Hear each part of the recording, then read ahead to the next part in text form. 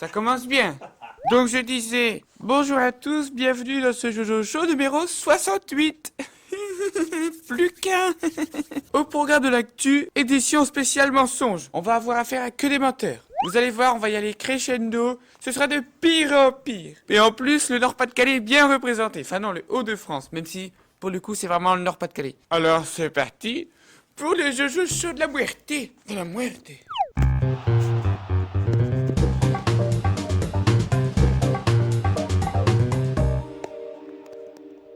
Spaghetti. Macaroni. Tu sais que je parle italien? Bravo. Alzare la barra solo dopo l'apposito cartello. Ah sì, piano, piano. Non mettere la mani sulle porte, rischi di farci ciaccare le dita. C'est ce qui est marqué sur le métro parisien. C'est non mettere la mani, ne mets pas ta main Si. sous les portes, sous la porte, rischi di farti ciacchiare le dita. De passer très fort le doigt. Si. Apprends l'italien avec Jojo. Dans la ville de Crotone. Crotte. Il faut savoir que Crotone, au foot, ils viennent de monter en Liga. Donc c'est la première division de foot italien. Et là, il y avait le match tant attendu contre la Juve. Donc la Juve, c'est le favori. C'est un peu comme notre PSG, tu vois. Quand dans ton patelin, le PSG vient jouer, ben tu peux être sûr que le stade y est plein. Et donc là, forcément, le petit village, il joue contre la Juve. Le stade est blindé. Du coup, bah, il y a pas assez de place pour tout le monde. Et si t'as pas de place, bah, c'est tout. Ça fait partie du jeu. C'est pas grave. Tu le verras une autre fois, un autre match, ou alors tu le regarderas à la télé. Mais là, il y a un mec, carrément, il y a eu une bonne idée. Il faut savoir qu'à Crotone, ils ont construit un hôpital qui est juste à côté du stade. Et comme l'hôpital est plus haut que le stade, et ben, depuis l'hôpital, t'as vue sur la pelouse. Donc, tu peux voir le match. Alors, à chaque fois, hein, bah, les mecs hospitalisés, ils regardent le match gratos. Et du coup, il y a un mec qui s'est dit, ah bah, allez. Je vais aller à l'hôpital pour regarder le match. Sauf qu'on rentre pas comme ça à l'hôpital, donc il est rentré aux urgences et dit voilà, je me sens pas bien, il me faudrait une chambre et tout. Donc il a été diagnostiqué, t'inquiète pas, lui on fait tout ce qu'il faut, toucher rectal et compagnie. Il a fait son ketchup complet. Rien, RAS. On lui a dit c'est bon, tu peux rentrer chez toi. Et le mec était dégoûté, tout ça pour rien. Puis en plus il y a les frais d'hôpital et tout. Si tu voulais vraiment voir le match, fallait te péter un bras ou j'en sais rien, avoir une vraie raison d'être hospitalisé. Après t'aurais peut-être pas pu voir le match si tu te faisais opérer en urgence. Ou alors tu vas au pipeau, tu dis ah je viens voir, je viens rendre visite à mamie Géraldine. Hop, ils vont te trouver, tu dis Géraldine, yo. Et hop, tu vas voir la mamie, tu lui donnes 5 balles, tu lui achètes un dentier. Il y a forcément un vieux dans l'hôpital qui se fait chier et qui serait content d'avoir de la compagnie pour le match. C'est pas bien d'essayer de tricher, hein? Mais bon, là ça va, c'était un petit tricheur et au final, il n'y a pas eu de résultat. Donc ça va, c'est pas grave, parce que la suite...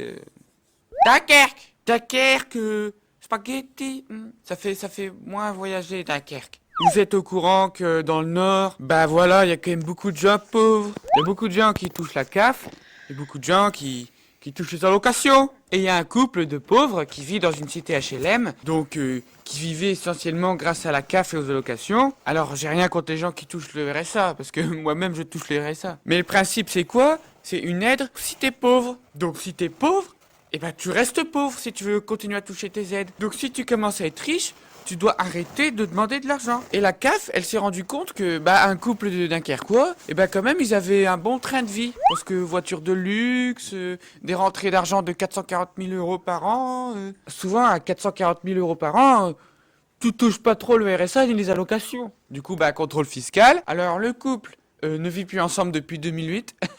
Pourtant, c'est bien indiqué qu'ils vivent ensemble dans une cité HLM. Parce qu'en fait, le mari, il a commencé une nouvelle activité. Une activité d'auto-entrepreneur. Mais oh, il est bête, il a oublié de le déclarer.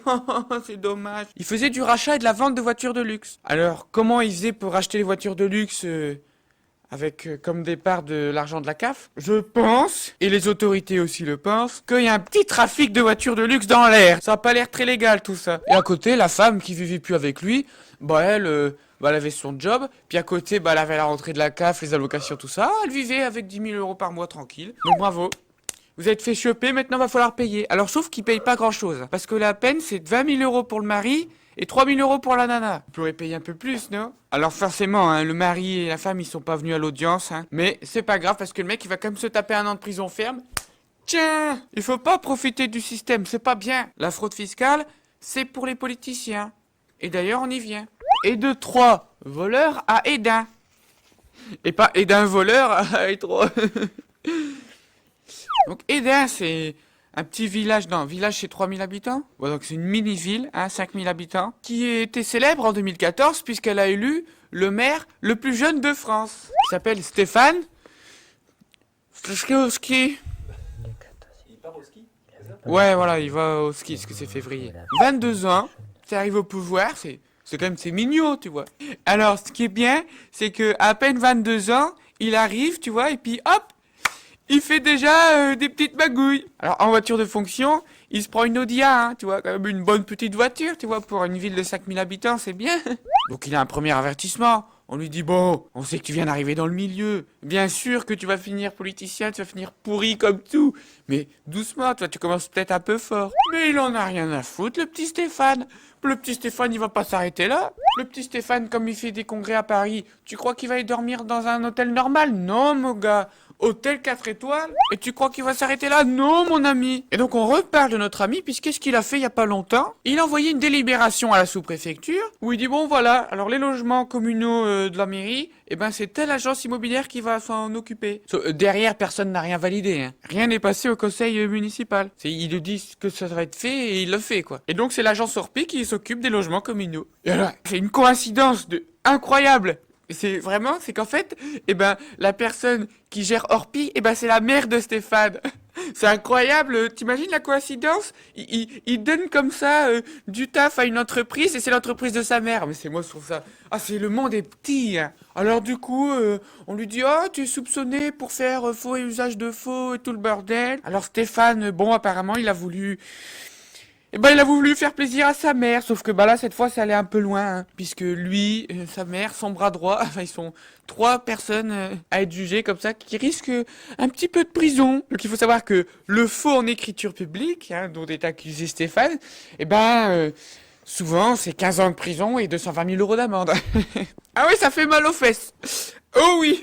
Mais d'un autre côté, t'es un peu abusé de tes concitoyens, mon gars, donc faut bien te rendre la monnaie de ta pièce. T'as voulu la mettre au fond de tes concitoyens, tu vas te la prendre au fond à la prison. Donc la morale de Jojo Show, c'est stop. On arrête. On ne triche plus. Et en parlant de triche, on va arriver à la rubrique de Jojo Show, la plus grosse arnaque de l'univers, la Saint-Valentin.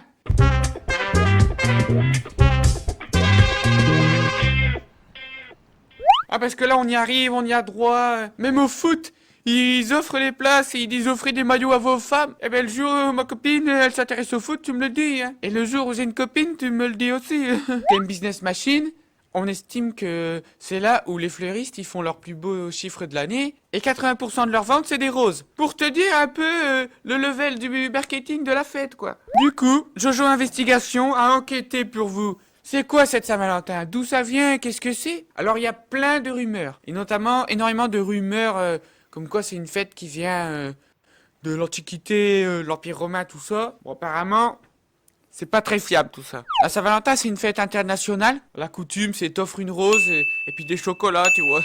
Mais cette fête, elle vient de Grande-Bretagne à la base. Alors au XIVe siècle, on pensait qu'en fait le 14 février, c'était le jour où les oiseaux, ils se rapprochaient. Parce que comme on voyait les oiseaux qui étaient toujours à deux, qui se bécotaient, tout ça, on s'est dit, ah, c'est la fête des oiseaux amoureux.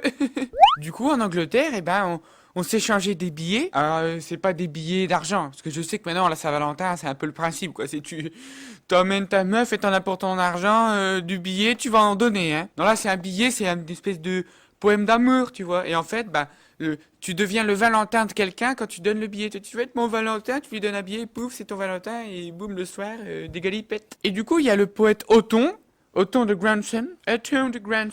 Et ben lui, il faisait beaucoup de poèmes d'amour et tout le bordel de Saint-Valentin. Et il y avait un poète français qui était retenu captif en Angleterre, qui du coup, s'est vachement inspiré de tous ces poèmes d'amour. Et quand il rentrait en France, le petit Charles d'Orléans, hop, il a présenté à la bourgeoisie française tous ces poèmes, tu vois. Et du coup, c'est devenu la mode un peu en France, comme ça de faire des petits trucs d'amour le 14 février. Et puis ça s'est répandu en Europe. Mais au fil des années et des siècles, la Saint-Valentin, c'était plus trop la mode. C'est revenu à la mode au 19e. Parce que c'est surtout les anglo-saxons qui kiffent cette fête. Alors maintenant, avec la mondialisation, la fête, tu vois, elle se répand un peu partout, quoi. Il y a eu des petites périodes de mode. Dans les années 80, la Saint-Valentin en Chine, c'était la mode absolue, quoi. C'était tout le monde devait faire la Saint-Valentin. Et c'est surtout les jeunes, tu vois, parce que c'est les jeunes qui s'ouvrent au monde. Enfin, les jeunes des années 80, maintenant ils ont ils ont 80 balais.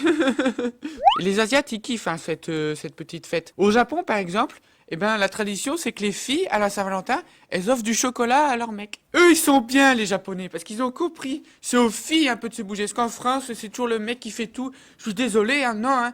Moi, je vais aller au Japon, comme ça, on va m'offrir des chocolats. Et en plus, les nénettes, par courtoisie, elles offrent des chocolats à leurs mecs, mais elles doivent aussi offrir à leur patron, à leurs collègues masculins, tu vois, à leur famille, tu vois, tous les mecs, tu vois. C'est vraiment en mode, c'est la journée des mecs. Et alors, si t'as été une gentille fille, t'as offert des chocolats le 14 février, et ben alors, le 14 mars, c'est le White Day.